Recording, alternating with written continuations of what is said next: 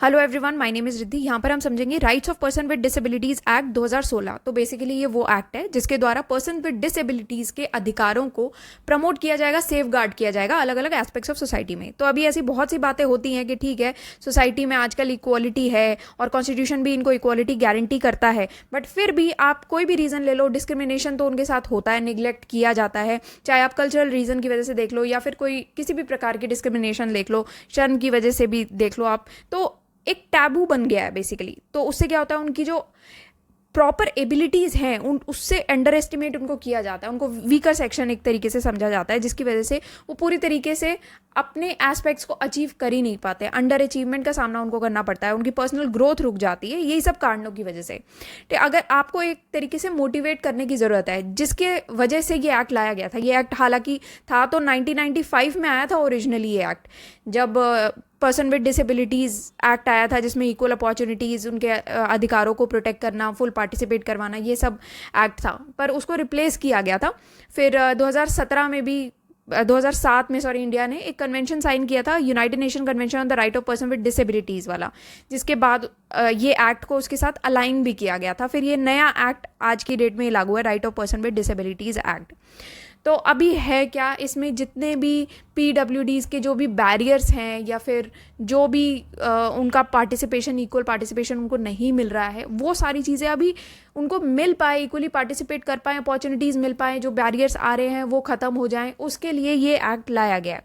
But इसमें problem ये आ रही है, जो केस आया अभी न्यूज़ में, ये इस वजह से था कि सीमा गिरजा लाल का केस है, जिन्होंने सुप्रीम कोर्ट में अपना डिसअपॉइंटमेंट दिखाया कि rights of person with disability act 2016 का, इसका इम्प्लीमेंटेशन अभी ठीक से हुआ नहीं है। आंध्र प्रदेश, छत्तीसगढ़, यूपी, पंजाब, त्रिपुरा, चंडीगढ़ जैसी जगहों पर इनके प्रोविजंस का इम्प्लीमेंटेशन पूरी तरीके से नहीं हुआ है। जैसे कि स्टेट कमिश्नर्स का अपॉइंटमेंट होना चाहिए था, स्टेट फंड्स बनाने चाहिए थे पर्सन विद डिसेबिलिटीज़ के लिए, एक असेसमेंट बोर्ड बनना चाहिए था डिसेबिलिटी सर्टिफिकेट देने के लिए, और स्पेशल कोर्ट्स भी बनाए जाने चाहिए थे।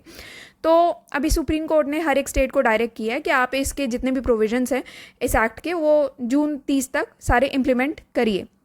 मिनिस्ट्री ऑफ सोशल जस्टिस और एम्पावरमेंट को भी डायरेक्ट किया गया है कि आप कोड को अपडेट करिए कि क्या स्टेटस है इसके कंप्लायंस का। एक प्रैक्टिस क्वेश्चन यहाँ पर दिया गया है, जिसको आपको अटेम्प्ट करके या तो कमेंट सेक्शन में आप लिख सकते हो, अदरवाइज आप सिनॉप्सिस वेबसाइट पे जाके मेंटरशिप कोर्स अगर किसी ने ज्वाइन कर रखा है फुल कोर्स, तो उसके थ्रू भी आप चेक करवा सकते हो, उसमें रेगुलर चेक होते रहते हैं। यहाँ पर है मेंटरशिप कोर्स, आप यहाँ से देख सकते हैं, ये वेबसाइट है synopsize.com। यहाँ पर आप कोर्सेज में जाओगे तो स्पेशल कोर्सेज में आप जाना, कोर्सेज में, स्पेशल कोर्सेज में, इसमें करंट अफेयर्स कोर्स का पार्ट है ये particular lecture, mains in 300 topics, ये आपको करने हैं मेंस पॉइंट ऑफ व्यू से। प्री दे रहे हो तो PT 360 तो है ही, but otherwise mains in 300 topics का पार्ट है। और PSIR ऑप्शनल कोर्स ये जो है इसका पार्ट है। देखो, ऑप्शनल तो आपको करके जाना ही पड़ेगा, ऑप्शनल के साथ साथ उसके करंट अफेयर्स उसमें ज़रूर इंक्लूड करना, चाहे कहीं से भी कोई भी मार्केट से बुकलेट उठा लेना, चाहे यहाँ से ज्वाइन करना, यहाँ से करना, जैसे भी, पर करंट अफेयर्स करके ज़रूर जाना, और PYQs भी।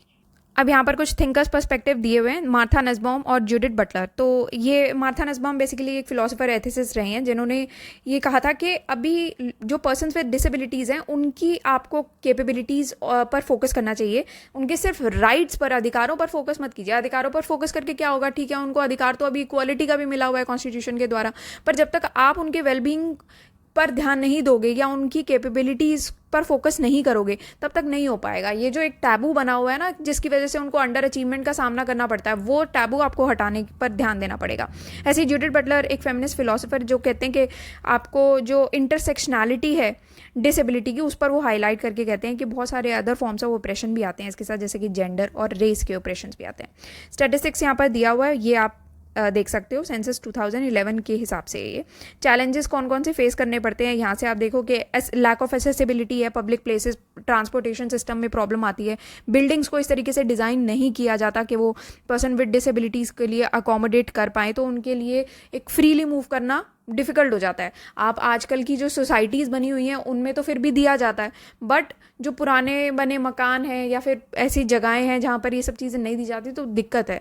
यहाँ तक कि करोल बाग में पहले ऑफिस रहा है, वहाँ पर भी दिक्कत यही होती थी। हम लोगों ने बहुत सारे लोग जो फेलो फैकल्टीज़ भी होती थी उनको देखा था कि कुछ ऐसी फैकल्टीज़ भी होती थी जिनको थोड़ी सी प्रॉब्लम रहती थी, पैर में प्रॉब्लम है या कहीं वैसे प्रॉब्लम है, तो लिफ्ट नहीं है, सिंस इतना पुरानी बनी बिल्डिंग्स हैं, लिफ्ट नहीं है, तो उस वजह से वो आ ही नहीं पाई। तो ये सारी प्रॉब्लम के एक पर्सन जॉब नहीं कर पा रहा है जस्ट बिकॉज के उसको प्रॉब्लम है और उसके लिए आपने कोई भी सुविधा नहीं बना करके दी है। तो ये तो चीज़ें आपके लिए कंपल्शन भी आना चाहिए एक जगह पर। फिर डिस्क्रिमिनेशन का सामना करना पड़ता है एजुकेशन, एम्प्लॉयमेंट, सोशल सेटिंग्स में। अपॉर्चुनिटीज़ बहुत लिमिटेड है उनके लिए। फाइनेंशियल कंस्ट्रेंट्स आते हैं क्योंकि ज़्यादा अपॉर्चुनिटीज़ है ही नहीं एम्प्लॉयमेंट की। इक्विपमेंट और सर्विसेज में बहुत पैसा लगता है। हेल्थ डिस्पैरिटीज़, क्योंकि आप मान लो कि उस बिल्डिंग में भी अगर कोई लिफ्ट लगा के देगा तो उसमें, या फिर इक्विपमेंट और सर्विसेज के लिए भी आपके पैसा खर्च करेगा, कौन करके देगा ये सब चीज़ें, तो वो दिक्कत आती है। तो यहाँ पर एडिशनल हेल्थ चैलेंजेस भी आते हैं, बैरियर्स आते हैं हेल्थ केयर सर्विसेज में। स्टिग्मा, सोशल आइसोलेशन का सामना करना पड़ता है उनको, मेंटल हेल्थ इश्यूज़ हो जाते हैं, क्वालिटी ऑफ लाइफ अच्छी नहीं रहती है। फिर लीगल बैरियर्स का सामना करना पड़ता है क्योंकि आपको क्या अपने अधिकारों के लिए ही सबसे पहले तो लड़ना पड़ जाता है, जिससे कि और उनका मार्जिनलाइजेशन देखा जाता है। इंक्लूसिव पॉलिसीज़ उनके लिए नहीं है, एक्सक्लूजन हो जाता है। Health care services again affordable नहीं है, रिहैबिलिटेशन नहीं हो पाता है, असिस्टिव डिवाइसेज नहीं है, स्पेशलाइज्ड केयर नहीं है, पॉवर्टी इतनी है, इकोनॉमिक मार्जिनलाइजेशन सामना करना पड़ जाता है, जिसकी वजह से असिस्टिव डिवाइसेज खरीदने का भी पैसा कहाँ रहा है। तो सरकार को ना ये थोड़ी सी चीज़ों में काम करने की काफ़ी ज़्यादा नीड है।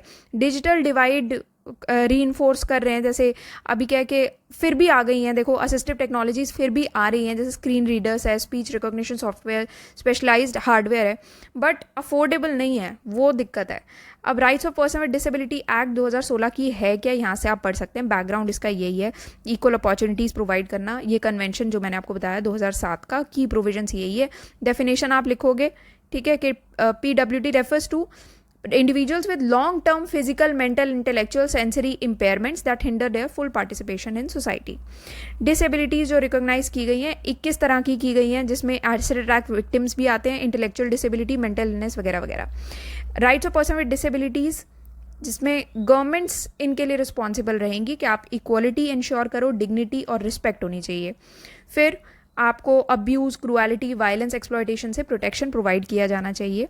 बहुत सारे और राइट्स हैं, जिसमें right to home and family, reproductive rights, accessibility in voting and right to own और inherit property. Person with benchmark disabilities, जिसमें एटलीस्ट 40% ऑफ स्पेसिफाइड डिसेबिलिटीज़ वो रेलिवेंट अथॉरिटी के द्वारा सर्टिफाइड होनी चाहिए, ठीक है। वो ऐसे इंडिविजुअल्स को कहते हैं benchmark person with benchmark disabilities. Guardianship में आप कहा जाता है कि लिमिटेड गार्डियनशिप अपॉइंट की जानी चाहिए PWD से, जो कि लीगली बाइंडिंग डिसीजंस नहीं बना सकते हैं। डिस्ट्रिक्ट कोर्ट या डेजिग्नेटेड अथॉरिटी टोटल सपोर्ट देगी, और लिमिटेड गार्डियनशिप म्यूचुअल अंडरस्टैंडिंग से होती है गार्डियन और पर्सन विद डिसेबिलिटी के बीच में। फिर सोशल सिक्योरिटी, यहाँ पर गवर्नमेंट कुछ ऐसे प्रोग्राम्स लेकर के आए ताकि जो पर्सन विद डिसेबिलिटीज़ हैं उनके अधिकारों को सेफगार्ड किया जा सके, ताकि वो एक अच्छी लाइफ जिएं। कुछ स्पेशल प्रोविजंस हैं यहाँ पर आप देख सकते हो। पर्सन विद बेंचमार्क डिसेबिलिटीज़ के लिए एजुकेशन पर आप देख सकते हो 5%, मिनिमम 5% का रिजर्वेशन आपको गवर्नमेंट और government aided higher education institutions में मिलेगा। फ्री एजुकेशन मिलेगी 6 to 18 ईयर्स तक की एज के लिए। एम्प्लॉयमेंट आप देख लेना, 4% गवर्नमेंट जॉब्स में रिजर्वेशन है, एज रिलैक्सेशन हो जाती है। इंसेंटिव्स क्या है, प्राइवेट सेक्टर में 5% ऑफ द वर्क फोर्स होना चाहिए ज़रूर। पर्सन विद डिसेबिलिटीज़ का हाई सपोर्ट होना चाहिए इंडिविजुअल्स के लिए with benchmark disabilities who require it. कुछ और प्रोविजंस दिए गए हैं इसके इफेक्टिव इम्प्लीमेंटेशन के लिए, जैसे फाइनेंशियल सपोर्ट, एक नेशनल स्टेट फंड बनाना चाहिए ताकि फाइनेंशियल सपोर्ट मिल पाए इनको। चीफ कमिश्नर या कमिश्नर्स का अपॉइंटमेंट होना चाहिए सेंट्रल स्टेट लेवल्स पर। एडवाइजरी बोर्ड्स का इस्टेब्लिशमेंट होना चाहिए सेंटर स्टेट लेवल्स पर। फिर रेगुलेटरी बॉडीज़ आनी चाहिए ताकि ग्रीवेंस रिड्रेसल के लिए और मॉनिटरिंग के लिए स्पेशल कोर्ट्स बनने चाहिए, ताकि जो भी ऑफेंसेस आते हैं उन इस एक्ट के अंडर उनका ट्रायल हो पाए। तो ये स्पेशल कोर्ट्स का नोटिफिकेशन होना चाहिए, और स्पेशल पब्लिक प्रोसिक्यूटर्स बनाए जाने चाहिए स्टेट गवर्नमेंट के द्वारा। पेनल्टीज़ लगनी चाहिए कि अगर ये प्रोविजंस जो है एक्ट के, उसका अगर ब्रीच कोई भी कर देता है तो उसके लिए कुछ फ़ाइन वगैरह आपको लगाने चाहिए।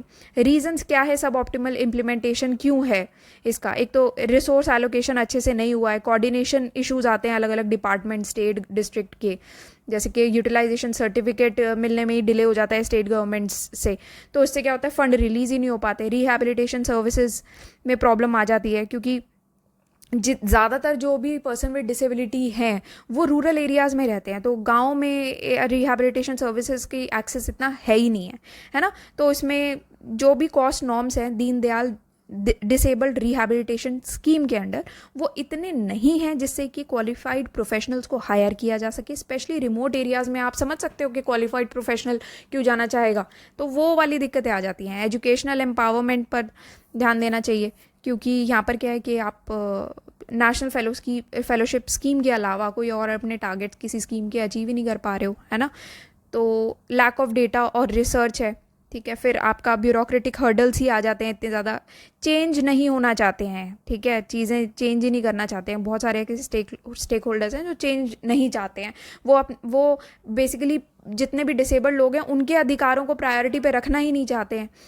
फिर लिमिटेड कैपेसिटी है, तो उसकी वजह से कुछ लोगों के पास इतनी कैपेसिटी ही नहीं है, एक्सपर्टीज़ ही नहीं है कि वो rights of person with disability act के प्रोविजंस को पूरी तरीके से अचीव भी कर पाएँ। पॉलिटिकल विल ही नहीं है लोगों के अंदर, वो तो ये मुद्दा देखता ही नहीं है ना कि इस तरीके का भी कोई प्रॉब्लम हो भी सकता है। इनिशिएटिव्स क्या लिए गए हैं इंडिया में, एक national policy for person with disabilities लाया गया, नेशनल लेजिस्लेशंस लाए गए हैं।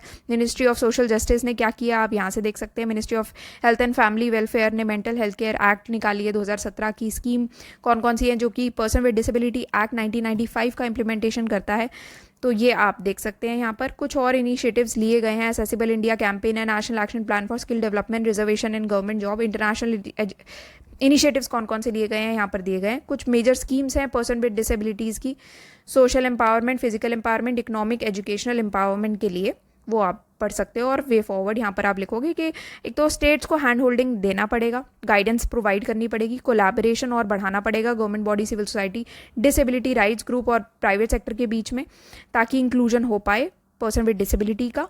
इम्प्रूविंग असेसिबिलिटी, प्रोक्योरमेंट लॉज आपको लाने चाहिए ताकि उनका फिजिकल डिजिटल ट्रांसपोर्ट इंफ्रास्ट्रक्चर में बेटर एक्सेस रहे। तो एक असेसिबिलिटी क्राइटेरिया होना चाहिए प्रोक्योरमेंट लॉज में। फिर advancing impact assessment, basically RPWD act का जो इम्प्लीमेंटेशन है, आप डेटा सिस्टम बनाओ ताकि उसको आप मॉनिटर कर पाओ, उसका इम्पैक्ट मॉनिटर कर पाओ, उसमें आप रिसर्च प्रोवाइड कर पाओ जो जहाँ जहाँ भी आप चैलेंजेस फेस कर रहे हो। फिर सोशल ऑडिट होना चाहिए उन सारी स्कीम्स का जो as per section 48 of the act, ताकि इनका इफेक्टिव इम्प्लीमेंटेशन हो पाए। असेसिबिलिटी होनी चाहिए अगेन सारी चीज़ों में, और स्किल डेवलपमेंट होनी चाहिए, वोकेशनल ट्रेनिंग प्रोवाइड करनी चाहिए।